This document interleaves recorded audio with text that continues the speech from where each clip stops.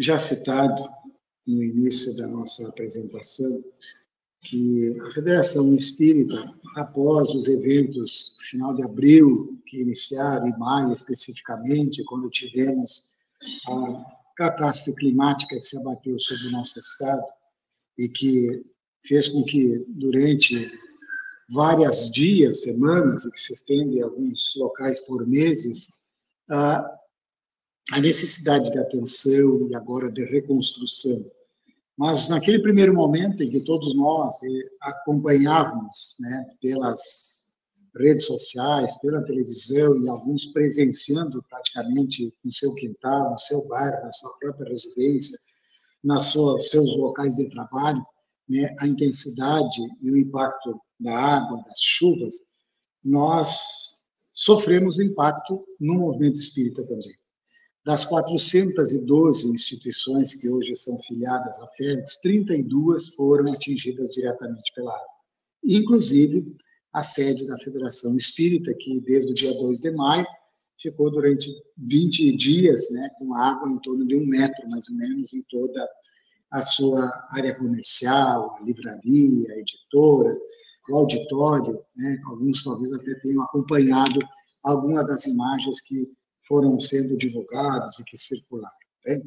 Isso fez com que, em primeiro momento, tivéssemos aquela ação de socorro, de solidariedade, né, de ajuda tanto quanto possível, o Brasil e o mundo se voltando para o Rio Grande do Sul, né, as formas de auxílio, e na medida em que as coisas começaram a clarear um pouquinho, enquanto as lutas se mantinham, a nossa equipe, né, principalmente da área de comunicação, identificou que era necessário que a gente ajudasse, de alguma forma, a nossa rede federativa para reestruturar as casas e, por extensão, as casas darem apoio às famílias, às pessoas que estavam sofrendo, ou diretamente ou indiretamente, mas todos atingidos.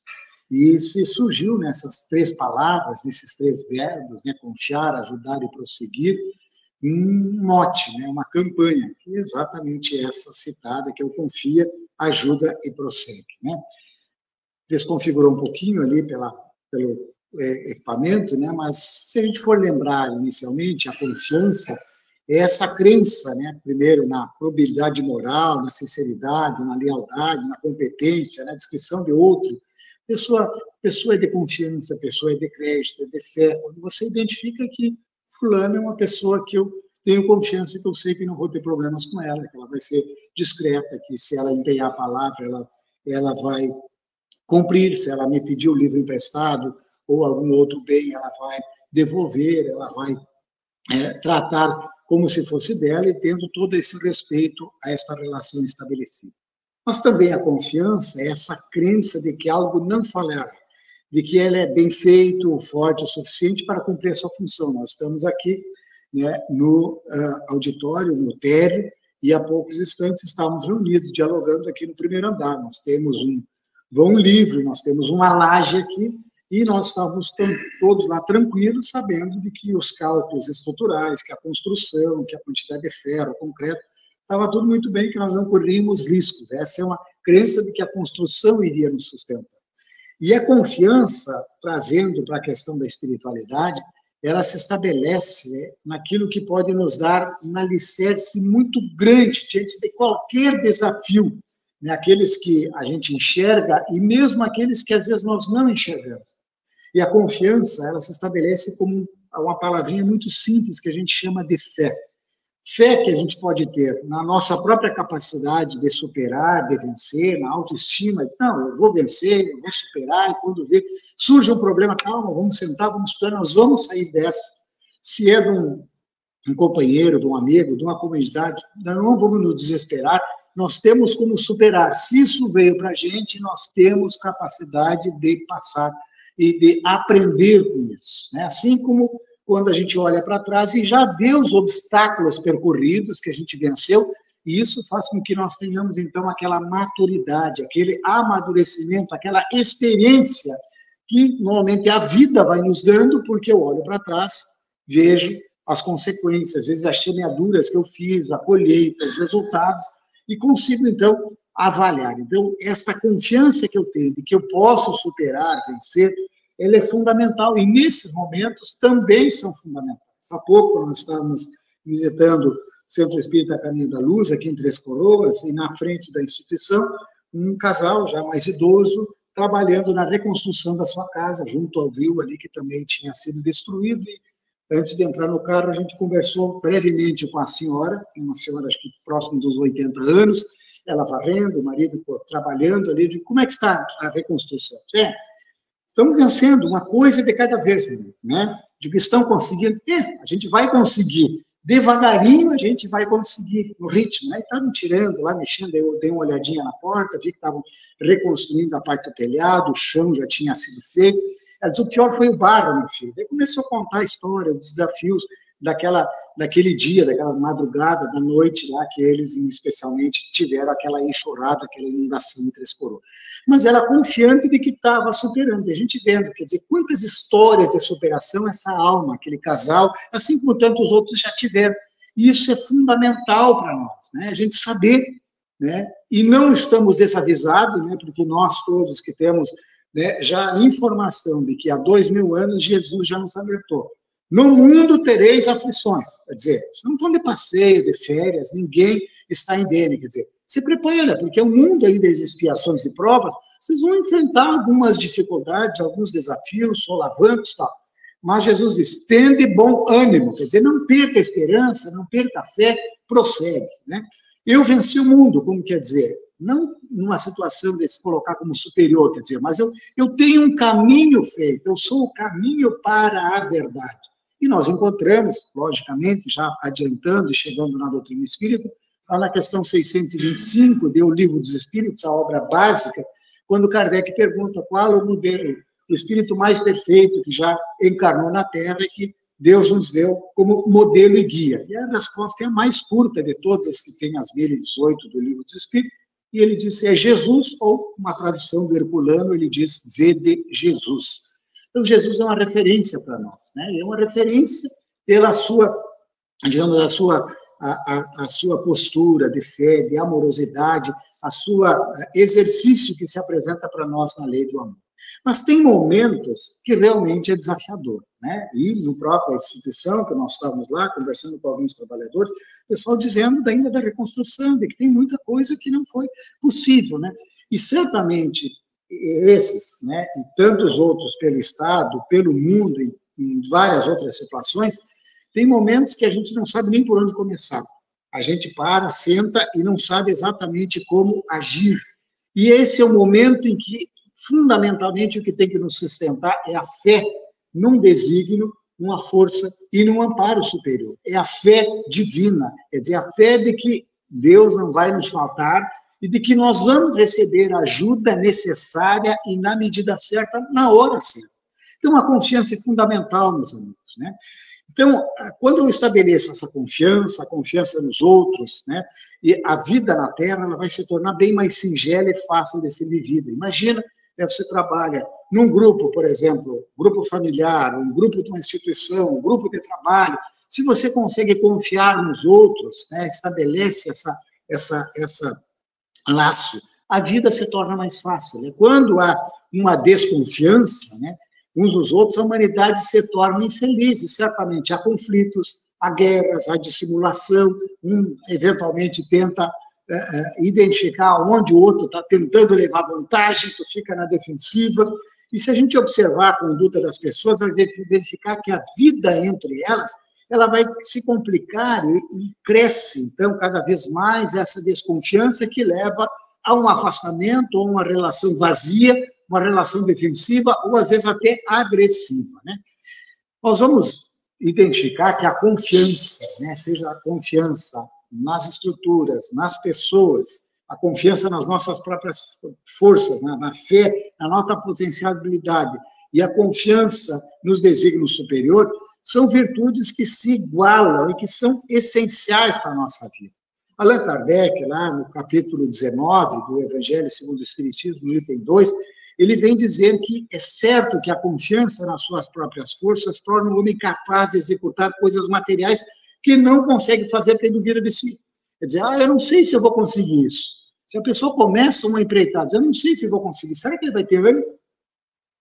Se aquela senhora que eu citei agora diz, poxa, eu não sei como conseguir, tá lá, não tivesse, ela não levantava a vassoura para varrer enquanto o outro estava fazendo, eu não sei se vale a pena o meu esforço. Agora, eu vou conseguir, eu não sei como, mas eu sei que vou conseguir, mesmo que seja aos pouquinhos, eu vou conseguir. E isso me dá força para fazer o que eu posso fazer naquele momento, o que eu enxergo, o que me cabe, o que eu posso fazer naquele momento. O resto, entrega para Deus. Ah, vale a pena, eu vou viver o suficiente, esse esforço, será que vai vir uma outra enchente? Tantas dúvidas. Confia, faz o que é possível, avalia a situação e prossegue adiante. Sobre a fé, Allan Kardec também nos ajuda, e nós encontramos lá, nesse mesmo capítulo 19, no item 7, que a fé. Só que dentro da doutrina espírita, nós sempre usamos a fé adjetivada, porque não é uma fé qualquer, não é uma fé cega, não é uma fé dogmática, é uma fé raciocinada. A fé raciocinada, por se apoiar nos fatos e na lógica, na reflexão, na observação, na pergunta, ela não deixa nenhuma obscuridade, ela não deixa dúvidas. A criatura, a alma, então, ela crê porque tem a certeza, e ninguém tem certeza senão porque compreendeu. É isso porque ela não se dobra. A fé inabalável só é a que pode encarar frente a frente em todas as épocas da humanidade, encarar a razão. Quer dizer, a doutrina espírita não tem receio de avaliar, né, o avanço científico, as posições diferentes, de dialogar, né, de enfrentar as condições que é a vida se nos apresente em qualquer momento. E é desta fé, meus amigos, que nós precisamos desenvolver em nós, para que a paz, a confiança, né, a serenidade se tornem as nossas aquisições espirituais e passem a fazer parte integrante de nós mesmos. É fundamental isso, né? Com ela, né, com essa fé, nós seremos capazes de remover todas as montanhas que encontramos em nossas vidas. Não aquela montanha de pedra e de terra, mas aquela das renhidas dificuldades materiais, né, às vezes inesperadas, muitas vezes inesperadas, dificuldades morais ou até mesmo espirituais. Só assim nós estaremos caminhando na direção da nossa felicidade. E Mateus, no capítulo 17, entre 14 e 20, os versículos, vem dizer, em verdade vos digo, se tivesseis a fé do tamanho de um grão de mostarda, dirias a essa montanha, transporte daqui para ali, e ela se transportaria, e nada vos seria impossível. Então, nós devemos compreender que o poder da fé, que realmente transporta montanhas, e que para o espírito nada é inacessível. Pois quando ela percebe a razão de tudo e interpreta com exatidão a sabedoria de Deus, a vida para ele não tem fronteiras. Quando nós ampliamos a nossa consciência, então, nesta fé raciocinada, lógica, que nos dá segurança e nos fortalece para enfrentar quaisquer dificuldades de saúde, econômica, dificuldades de relacionamentos, conjunturas, né, globais, né, que tu pode dar uma olhada, que chegam, que nos impactam, né, pelas redes sociais, pelos órgãos de imprensa de diversas formas, eu consigo continuar confiando e tendo fé no futuro e na própria humanidade. Nós vamos sentir, então, uma serenidade íntima, né? Porque nós vamos conseguir entender perfeitamente que no universo tudo está como deve ser, tá?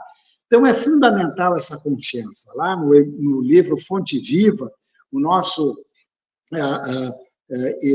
irmão já desencarnado, Chico Xavier, através do seu mentor espiritual, Emmanuel, ele diz que para conquistarmos os valores substanciais de redenção, de libertação, é imprescindível nós conservarmos a fortaleza de ânimo de quem confia no Senhor e em si mesmo, tá? Antes de nós entrarmos em ajudar, eu talvez já tenha comentado em algum local, vocês tenham assistido, né, presencialmente ou virtualmente, logo que deu a calamidade, poucos dias depois, entrou em contato conosco uma companheira espírita lá de Belo Horizonte que nós não conhecíamos, é a Renata. A Renata, e ela estabeleceu, ela queria ajuda para vir auxiliar a atender, né, como tantos outros que vieram de diversas partes do Brasil, ajudar alguns de barcos, de jet ski, outros com caminhão, com transportadora, com todos os recursos, ela queria vir cozinhar, né? Porque a gente sabe das necessidades dos alimentos que houve, que as pessoas não tinham, mesmo que às vezes tivesse um alimento, não tinha o fogão, não tinha luz, não tinha o gás, estava desestruturada a situação. E a gente, através da nossa área de assistência e promoção social, auxiliamos e ela acabou se vinculando, né, ali no bairro Matias Velhos, em Canoas, em que praticamente ficou todo ele coberto com 70 mil pessoas. Uma igreja evangélica que tinha uma cozinha industrial que atendia a necessidade, que também foi atingida pelas águas, mas não tanto, e logo que baixou, o pessoal fez um mutirão lá, conseguiram limpar, e ela veio coordenar essa cozinha, tá? E começou a cozinhar com os contatos lá, nós estivemos lá visitando, tinha espírita, católica, evangélico, pessoas sem religião nenhuma, e trabalhar, fazia 1.500, 1.600 marmitas para entregar todo dia para as pessoas ali nas refeições. E conversando com ela, eu fui perguntado como é que começou essa atividade. Daí ela diz, olha, Antônio, não sei se tu lembra, alguns tempos atrás, tá? Acho que mais de 10 anos, deu algumas trombas d'água dessas, como a gente teve aqui na região lá de Belo Horizonte. Deu no Rio de Janeiro, no litoral, lá que deu deslizamento de encosta, mas Belo Horizonte seguido dava e inundava, levantava asfalto, comprometia prédios, tal. Zonas mais baixas lá realmente também comprometeu. E nós, com um grupo de espíritas, identificamos que tinham pessoas necessitadas e aí nos reunimos para ver o que podia fazer. No grupo lá, aí uns estavam fazendo cronograma, escala, tudo, outros estavam fazendo um logo para o grupo ir trabalhar, o outro queria orçar camisetas e fazer e tal. E aí eu, que sou muito prática, comecei a ver que aquelas reuniões estavam muito burocráticas, né? Era muita estratégia e pouca ação. E diante da dor, a dor não espera, Antônio, né? A dor não espera, tu faz o que tu tem nas mãos, tu não tem muito planejamento, às vezes tu te atira para ajudar o outro, porque se for pensar, às vezes tu perde a oportunidade do atendimento. Palavras dela, tá? E aí eu, meu esposo e um outro companheiro resolvemos começar a fazer uma frente enquanto o pessoal continuava fazendo o trabalho, né, de organização e tudo. E a gente resolveu puxar a ponta, né? E fomos até a SEASA lá e nos cotizamos e cada um botou a mão nos bolsos e daí a gente identificou que nós tínhamos, Antônio, 3 peixes, tá? E para a gente identificar, os peixes a garupa que tem na nota de R$100, tá? A gente sei que a gente não trabalha muito com dinheiro, às vezes nem sempre pega uma nota de 100, mas se vocês olharem, tem um peixe ali. E elas olham coincidentemente, 3 peixes. Quando eu vi que eram 3 peixes, eu fiz uma prece, diz, olha, senhora, tudo que nós temos são 3 peixes aqui. Nós estamos entregando tudo que a gente tem aqui. Multiplica isso, Senhor. E compraram os alimentos, compraram as embalagens, foram para a casa deles lá, cozinharam e foram distribuir. E a coisa daí desencadeou e começaram, então, a receber ajuda e tal, e a coisa foi andando, cresceu, porque eles identificaram que a necessidade era grande, e tinha necessidades que não eram só circunstanciais. Quando eles foram até ao aflito, né, ao sofrido, eles viram que tinha mais necessidade e ela resolveu tornar aquilo permanente. Aí criou uma organização não governamental, né, uma ONG, que se chama, e ela deu por nome depois Comida que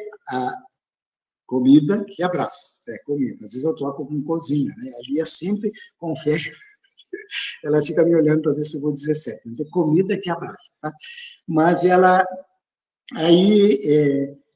a gente precisou, para se estruturar, a questão, inclusive, da legislação, da segurança, nós tivemos que alugar um imóvel, compramos equipamentos de uma cozinha industrial, porque a produção era grande, daí estamos atendendo à noite, levando em bairros, uma série de ações ali que não cabe nós relatarmos ali.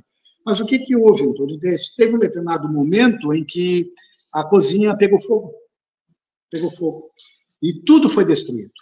Tudo foi destruído. E eu me peguei sentado no outro lado da rua, no meio-fio, vendo os bombeiros lá fazendo o rescaldo do incêndio, mas não sobrou nada. Não sobrou imóvel, não sobrou um equipamento. Na verdade, sobrou um todo. Eu tinha um monte de boleto para pagar, que estava no meu CPF. E aí eu parei e pensei, senhor, não está certo, eu entrego tudo para trabalhar e agora estou aqui com a minha vida complicada, endividada. O que eu vou fazer, meu Deus? Me ajuda, me dá uma luz, porque eu estou numa situação complicada agora, né? Para a gente encurtar a história, ela conseguiu superar, veio ajuda, reconstruiu e tudo. E ela daí disse assim, Antônio, sabes que agora que a situação passou, como normalmente é das aflições, depois que tu passa da aflição, tu supera, tu olha para trás, tu vai entender por que tu está passando, tá? ela diz assim, agora eu entendo, tá? E nesse mesmo período, enquanto nós estávamos lá na federação, tirando os livros que foram atingidos pela enchente, que viraram quase uma sopa de livros, uma papa, tirava de pá lá para colocar nos papaentulhos, né? Um dos livros, quando jogaram, a gente tirava de dentro lá, o pessoal entrava com bota, com os macacões, e que jogavam para fora, o outro com pá, botava, era um trabalho de rescaldo praticamente da enchente, lá da inundação, do barro. E um livro caiu sobre a pilha e a nossa assessora de comunicação, a Mariana, que é jornalista, viu e com a sua sensibilidade ela tirou uma foto, que talvez alguns tenham visto, que ela circulou nas redes. E lá tem um trecho de um pensamento desse espírito Emmanuel, num livro do Haroldo, mas o pensamento é do Emmanuel. Ele diz que na vida tem coisas que você não vai compreender, você vai superar. Compreender é mais tarde, quando tu te afasta, quando tu passa, quando, né, a coisa já está estruturada, tu olha para trás e sabe, agora eu entendi. E ela diz assim, agora eu entendo, Antônio, por que eu passei? Porque eu precisava saber, quando eu estou dando um alimento para alguém que perdeu, como essas pessoas aqui no Matias Zero, eu precisava saber o sentimento dessas pessoas. E eu só podia saber isso aí se eu vivesse na pele, e eu vivi. Eu perdi tudo. Eu estava com a série de problemas. Como tem essas pessoas que tem o fogão que está em prestação, que tem isso, tem aquilo, que não tem para onde voltar, que perdeu tudo. É algo muito similar. Eu entendo isso hoje. E por isso o nome Comida que Abraça. Eu dou alimento, dou a marmita, mas muitas vezes essas pessoas vêm ali, mas a carência delas maior é de afeto, é de compreensão, é de um abraço. Então eu fico ali, vou entregando uma, mas todas que sinalizo e que se permite e me permite, eu abraço a pessoa. E eu tenho certeza que aquele alimento que eu dou vai durar algumas horas, dali um pouco, digestão, glicose vai embora, tá? E vem a fome de novo. Mas o abraço, certamente, ela vai levar e vai ficar durante mais tempo. Então, é fundamental. Isso também é a solidariedade. É aquele momento em que o outro precisa sentir a presença, precisa essa ajuda. Quer dizer, eu não estou sozinho. Eu estou aqui com você, eu estou vibrando por você. Eu posso te escutar, eu sento com você, eu choro com você, eu oro com você. Isso vai passar, você não está sozinho, tá? Então, por isso é tão fundamental, em todos os momentos, a gente estar atento para poder ajudar, porque ajudar é fundamental, tá? Lógico que desde os 10 mandamentos, quando Moisés apresenta as tábuas da lei, a gente tem o princípio de justiça, e nos 10 mandamentos, 8 dizem o que eu não devo fazer. Não mata, não rouba, não presta falso testemunho, né? E todo nesse sentido. Então, não faz para o outro o que tu não gostaria que fizesse para ti. Mas quando veio Jesus, Jesus nos diz que não basta só eu não fazer o mal. É essencial que eu faça o bem. Então, faz ao outro aquilo que tu gostaria que fosse feito para ti. E é tão importante, eu sempre posso estar ajudando alguém. Às vezes eu posso me encastelar na minha dor, e às vezes quase que egoisticamente, porque a minha dor é verdadeira. Mas quando eu olhar ao redor e, de repente, eu ver que tem dores maiores, às vezes eu até me sinto confortado e, às vezes, até envergonhado. Poxa, eu estou reclamando disso, essa coisa tão pequenininha. Imagina fulano, Beltrano. Então, é importante que a gente se disponha a ajudar, e ajudar é prestar socorro, assistência, auxiliar, assistir, né? Então, a solidariedade é fundamental e foi o que aconteceu, aquele impulso inicial de solidariedade. Lá no Evangelho, no capítulo 17, Sede Perfeitos, no item 3º, Kardec diz que o homem, possuído pelo sentimento da caridade e do amor ao próximo, faz o bem pelo bem, toma a defesa do fraco contra o forte e sacrifica sempre o seu interesse à justiça. O filósofo grego Aristóteles, né, que viveu antes de Cristo, ele diz que o homem é um animal social, isto é, ele não basta a si mesmo, ele nasceu para conviver com os semelhantes.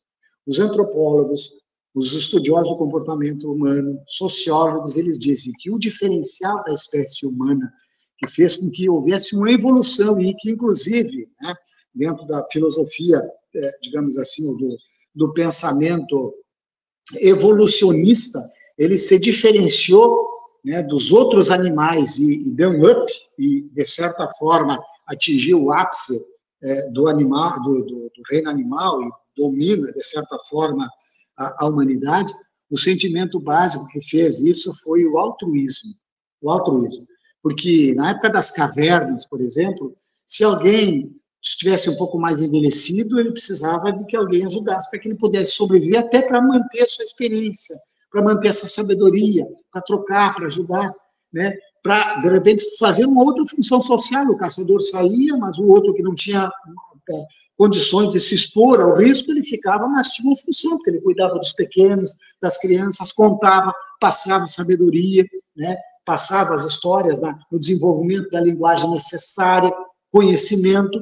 Também, mesmo um jovem, né, por exemplo, que se feria, se ele não tivesse um período de resguardo, dependendo do tipo do ferimento, não tinha salvação, porque ia morrer mesmo.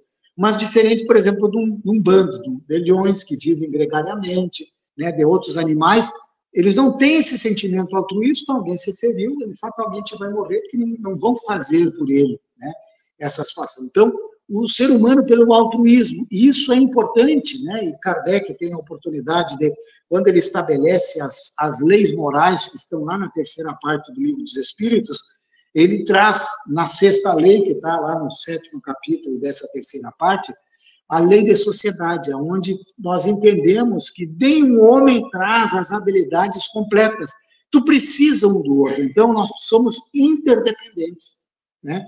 Alguém é musicista, o outro tem uma capacidade de raciocínio lógico, o outro tem a capacidade, a habilidade de expressão com a palavra, e isso faz com que, nesses talentos básicos, um seja marceneiro, o outro seja advogado, o outro seja professor, o outro seja um médico, o outro seja um construtor, o outro seja um padeiro, né? E essas habilidades dão uma diversidade e fazem, então, com que o ser humano possa evoluir, porque quando eu tenho tempo para me dedicar a uma determinada habilidade, até um determinado ramo, eu cresço naquilo. Então, o cientista se dedica lá ao estudo do átomo, mas para isso ele tem que se dedicar prontamente. Imagina se ele tivesse que, além disso, plantar trigo, moer o trigo, fazer o pão, né, cuidar, tirar do leite, cuidar da criação, não dava. Então, essa teia que a sociedade conseguiu construir, ele é fundamental, e desta forma nós precisamos entender que todos temos funções importantes, salutares, né? Precisamos do bombeiro, da pessoa que faz a higiene, a limpeza pública, o que ajuda a pavimentar a estrada, e aí todas essas tarefas são fundamentais, né? Por isso, meus amigos, é fundamental que nós usemos esse amar ao próximo, né, para nos amar. E uma expressão do amar é valorizar e solidarizar-se com o próximo, exercendo a caridade moral, aonde eu vou buscar tolerar o diferente, o que pensa diferente de mim, o que não faz parte do meu escopo, que tem, às vezes, um entendimento um pouco diferente de mim, ele não é um adversário, tá? Desde que eu também não seja um adversário para ele. Ele é diferente. Eu vou procurar compreender e entender, e isso permite, então, com que haja diálogo. Qual é a tua necessidade, qual é a minha, qual é a tua visão? E do diálogo cria-se uma aproximação e uma aceitação do diferente. As mais de 20 guerras que temos atualmente no planeta, elas têm exatamente porque não têm capacidade de diálogo, não têm capacidade de entender que precisa chegar a uma mediação que não tem custo que pague, né? Vidas humanas, destruição, certamente qualquer um que vê assim, não tem razão que justifique. Tudo isso acontece, os canhões, as bombas, né, no macro as guerras, as brigas, as polarizações, no micro, ela acontece porque tu perdeu essa capacidade de tolerar, de compreender, de aceitar e de aprender a conviver. A gente precisa suportar-nos uns aos outros, apesar das diferenças. E claro que o suportar não significa que eu vá conviver com o outro. Eu vou ter alguém que eu prefiro mais, que de repente eu vou conviver, que eu vou fazer o churrasco, vou tomar chimarrão junto, tal, outras eu tenho que conviver mais socialmente, tudo, mas não é o meu inimigo. E se eu prestar atenção e em algum momento observar, eu posso, quem sabe até, aprender a avaliar e avaliar-me, tá? Isso é fundamental, porque Kardec pergunta aos benfeitores da codificação, entre os vícios, qual é o que podemos considerar o mais radical, tá? E lá na questão 913 do Livro dos Espíritos, não aparece, acho que ficou um pouquinho cortado ali, diz que já o dissemos muitas vezes, o egoísmo, tá? Quando eu penso somente em mim, tá? É natural que eu pense em mim, né? Tanto que Jesus diz assim, amar ao próximo como a si mesmo, quer dizer, eu preciso amar-me, eu preciso atender as minhas necessidades, tá? Esse é o básico, é fundamental, ter a posse do necessário, equilíbrio, a segurança, isso faz parte da base natural nossa, né?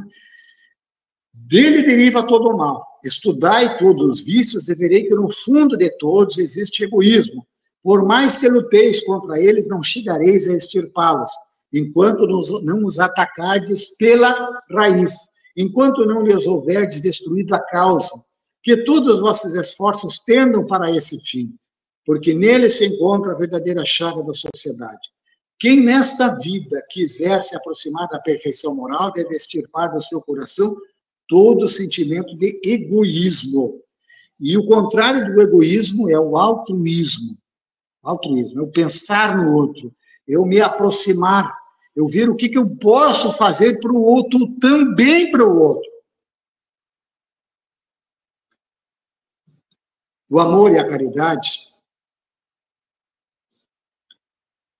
porque isso vai neutralizar, né, o egoísmo, todas as outras virtudes.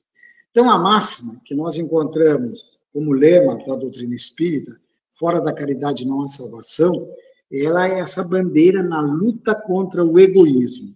A solidariedade é a caridade em ação, ela é consciente, responsável, atuante e empreendedora. Só que a caridade, às vezes, a gente reduz ela pensando apenas na caridade material, que é uma das facetas da caridade. Mas Kardec, né, Kardec é fantástico, né? E ele questionou, apertou os espíritos, assim, de tudo que é lado, não deixou quase brechas, assim. Então, eu tenho a oportunidade lá, eu sei que muitos conhecem, mas quem ainda não teve oportunidade, dê uma olhadinha de novo na questão 886 do Livro dos Espíritos, tá? E lá Kardec pergunta, dizer, qual é o sentido da palavra caridade, né? Como a entendia Jesus, quer dizer, ele pegou uma referência inquestionável, né? Jesus, como é que Jesus entendia a caridade? E os espíritos respondem, né, em três derivações, né? Benevolência para com todos, quer dizer, fazer o bem que estiver ao meu alcance a meu próximo, de quem eu sou próximo naquele momento. Fazer o bem, ser ativo, produtivo, e além desse cidadão, andar às vezes a segunda milha, tá? Indulgência para com as imperfeições alheias, quer dizer, eu aprender a conviver com os diferentes, a tolerar os que pensam diferente, os que ainda se equivocam, os que não têm o mesmo nível de maturidade, de experiência, de responsabilidade que a gente tem, porque isso é natural, o ser humano é diferente. Quer dizer, eu ter essa indulgência, né? Eu permitir, né, não fazer um julgamento que afaste. Não significa eu me afastar e não tentar, tanto quanto possível, ajudar, trocar e ajudar essa pessoa a crescer.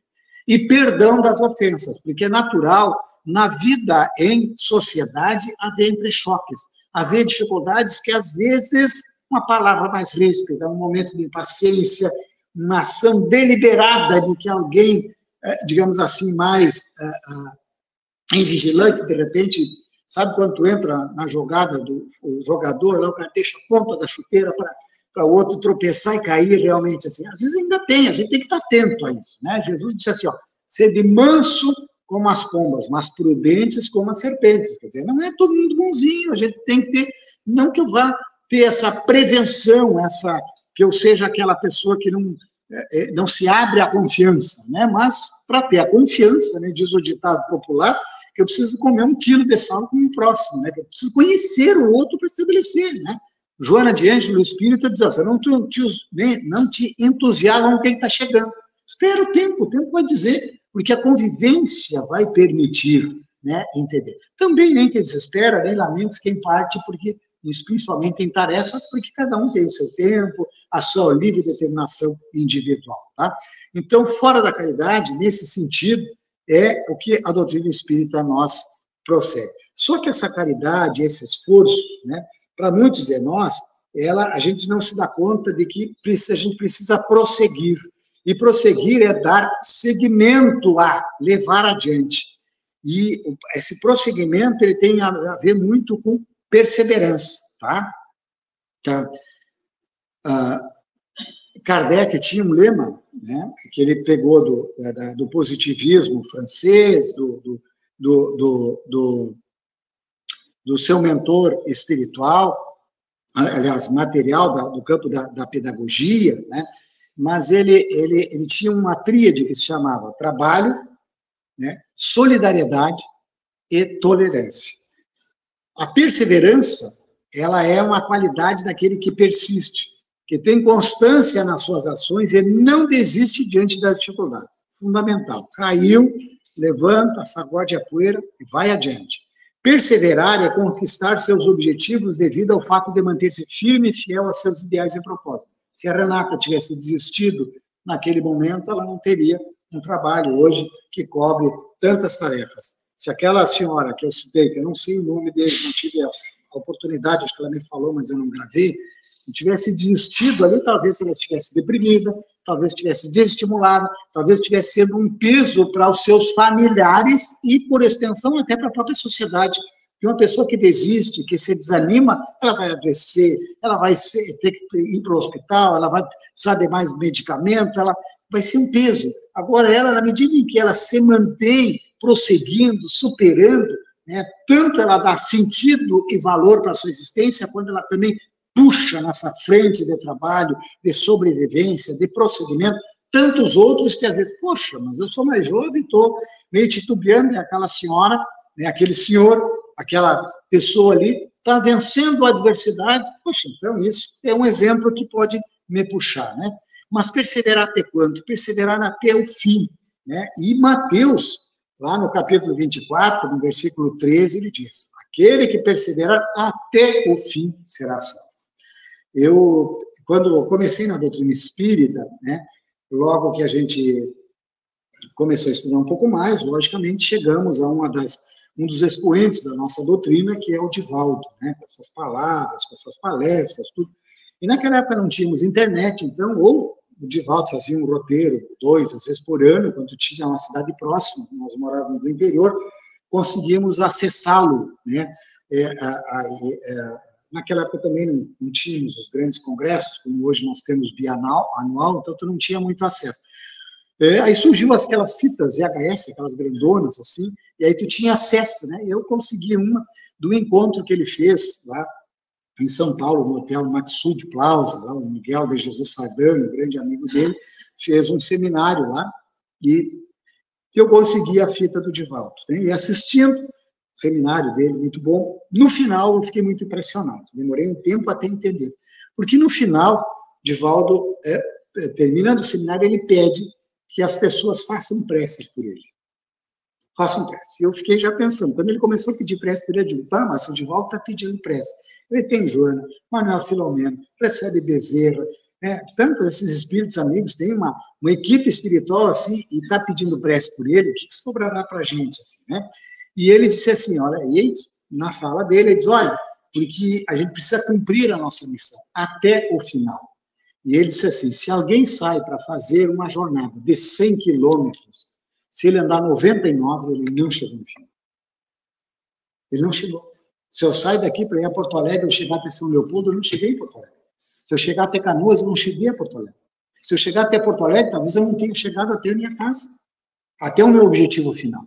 Então, eu preciso lutar com esses percalços. E certamente, hoje a gente entende, ele devia estar passando por alguns dos grandes momentos de luta também, que como espírito encarnado, né, e com a dimensão de trabalho, as lutas também são superlativas e certamente adequadas, né, à estrutura espiritual dele, os desafios são incomensuráveis, né. E aí eu comecei a entender, né, também na questão da rogativa, da prece, de que a prece é um ato de eu entrar em contato com Deus, e pela prece eu posso ter um momento de louvor, um momento de agradecimento, mas eu também posso pedir.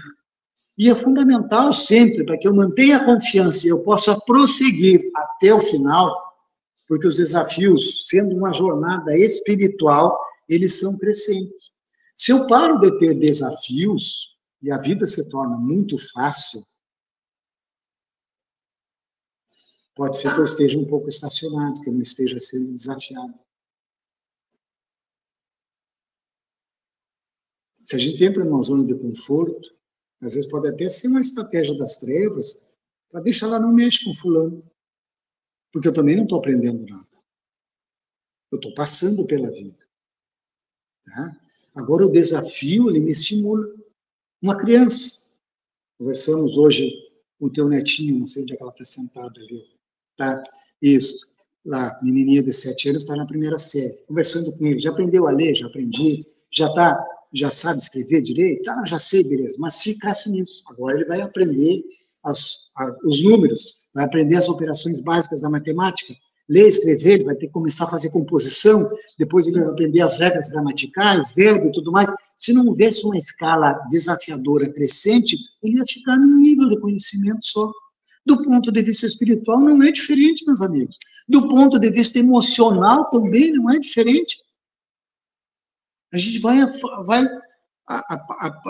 enfrentando mais desafios. Por isso, aquele ditado popular que diz assim, quanto mais eu rezo, mais assombração me aparece, é natural, porque eu só estou me ligando, eu estou me preparando, vem desafio, só que a assombração, a dificuldade, o desafio, a aflição, é um convite à superação, ao uso das minhas atividades, tá? Então, perseverar até o final.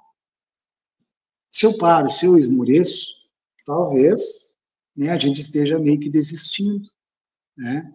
A gente sabe, né, que Jesus diz, né, eu trabalho e meu pai até hoje trabalha. A segunda lei moral é a lei de trabalho, né? E que junto com a primeira lei, a lei de adoração, são as duas leis que nos ligam ao Criador. O ditado popular também gaúcho, né, se não da humanidade, diz assim, quem não vive para servir, não serve para viver. Quer dizer, o trabalho, a ação, enfrentar os desafios, me colocar frente a novos projetos e desafios, eles são fundamentais, porque faz com que eu cresça, faz com que a minha mente se ilumine. Você sabe qual é o maior prazer que o cérebro consegue registrar? Qual é o prazer? Maior prazer. A melhor satisfação que o cérebro tem. Maior que essas drogas viciantes. É aprender. Quando tu aprende uma coisa nova, o nosso cérebro se ilumina. Não sei se vocês têm registro, né, daquelas crianças, assim, eu lembro, né, é o que me vem, assim, de exemplo, me perdoe, não aquelas caixinhas que tem uma estrelinha, um quadradinho, uma coisinha redonda, tu tem que pegar e botar dentro da criança, tem que colocar ali. Eu lembro dos nossos, um está com 31, outro 25, mas tu acompanhava. Quando eles conseguiam encaixar, botavam ali, eles olham para a gente, acertei. Olha com aquele olhar brilhando, se ilumina. Só que os olhos, normalmente aquelas bolitas brilhosas, o cérebro está iluminado. Está iluminado. E eles estão desenvolvendo novas etapas. Esses dias vi um menininho que estava ali, daí ele pegou e descobriu que podia abrir a tampinha, abriu a tampinha, pegou todos e botou dentro, resolveu o problema de uma outra forma. Não precisou botar, encaixar cada vez, resolveu abrir a tampa, como todos, está resolvendo o problema. Encaixei tudo de uma vez só. Isso é desenvolvimento de habilidades, são formas diferentes, né? E tudo, quando eu sou desafiado, eu encontro novas formas. E isso dá o quê? Sentido e valor para a nossa existência. Imagina eu acordar, e o meu dia vai ser igual. Ah, não, comer, tá, tudo bem, hoje vou fazer um churrasco, isso, aquilo. Minhas decisões sejam só para atender aquelas necessidades fisiológicas. Você não tem um desafio, você não tem algo para planejar, eu não tenho algo para fazer a diferença naquele dia. E se for o meu último dia de vida? Né? Perseverar até o fim. Na vida. Tão bom quando você consegue identificar, né, e ver, às vezes acompanhar pessoas longevas que vão até o final trabalhando, servindo. Você pode ver que normalmente são pessoas que conseguem chegar com serenidade, às vezes com enfermidade, superando, mas com vigor, com energia, com uma vibração que é contagiante. E às vezes tu tem jovens, né, com idades menores, e a pessoa desanimada, aí entra numa destruturação cerebral, né, nas distonias, precisa de tratamento, lógico, tem que tratar e tem que buscar, mas a base disso, o trabalho, quando eu começo a trabalhar mobilizando assim, o corpo reage, a mente se ilumina e eu crio um novo sentido para a minha existência, né? Então, a vida sempre nos dará aquilo a que ela nos ofertamos. O homem corajoso e destemido, embora meias dificuldades que possa viver, nunca prosseguirá sozinho, pois que a providência divina que a tudo registra saberá em qual momento, em que circunstância deverá sustentá-lo para que caminhe sempre um pouco mais. E aqui deu um probleminha aqui, tá? Muitas vezes em que acreditamos estar no final, né, a nossa jornada apenas se inicia, o que vai exigir da nossa disposição em prosseguir em busca do objetivo que traçamos. Então, tem que ter metas. Vencer um desafio, você propõe um outro desafio na frente. Parar.